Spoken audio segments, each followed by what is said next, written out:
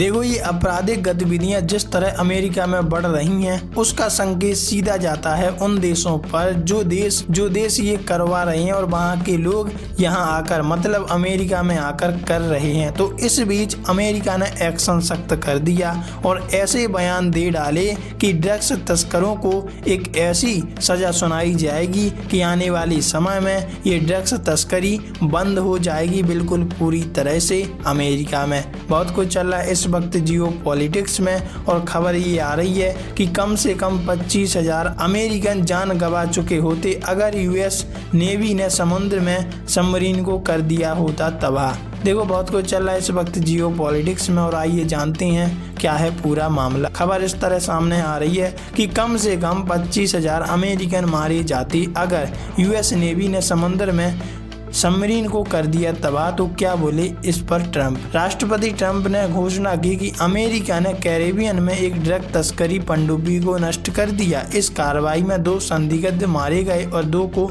Ecuador व Colombia वापस भेज दिया गया। अमेरिकी सेना ने एक पनडुब्बी को समंदर में ही तबाह कर दिया। राष्ट्रपति ट्रंप ने शनिवार 18 अक्टूबर 2025 को अपने ट्रुथ सोशल प्लेटफॉर्म पर दावा किया कि अमेरिका ने एक ड्रग तस्करी करने वाली पनडुब्बी को कैरेबियन सागर में निशाना बनाकर पूरी तरह से नष्ट कर दिया। यह पनडुब्बी कथित तौर पर फेनेटाइल और अन्य ड्रग्स से भरी हुई थी और अमेरिका की ओर बढ़ रही थी, जो अमेरिकन लोगों के लिए काफी नुकसानदेही था। और आने वाले समय में ट्रंप ये चाहते हैं कि ये पूरी तरह से बंद हो हमारे देश में ड्रग्स का धंधा। देखो, ट्रंप ने कहा कि एक बहुत बड़ी ड्रग ले जाने वाली पनडुब्बी को तबाह करना मेरे लिए गर्व की बात है। ये अभियान उन मार्गों पर हुआ जो लंबे समय से ड्रग्स की तस्करी के लिए कुख्यात हैं। उन्होंने आगे कहा कि 2 आतंकवादी मारे गए और 2 को इक्वाडोर और कोलंबिया वापस भेजा जा रहा है। उन्होंने कहा कि अगर मैंने इस पनडुब्बी को आने दिया होता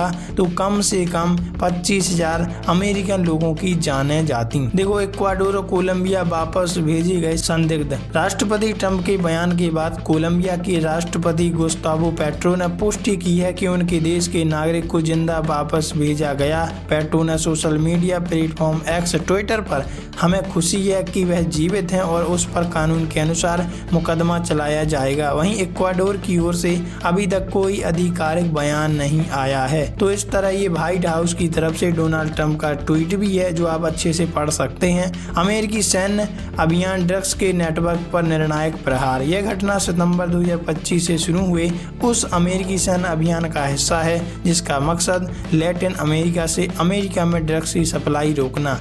अमेरिका सेना अब तक कैरेबियन सागर में 6 जहाज़ों को निशाना बना चुकी है, जिनमें से अधिकांश स्पीड बोट या अर्ध पनडुब्बी थी।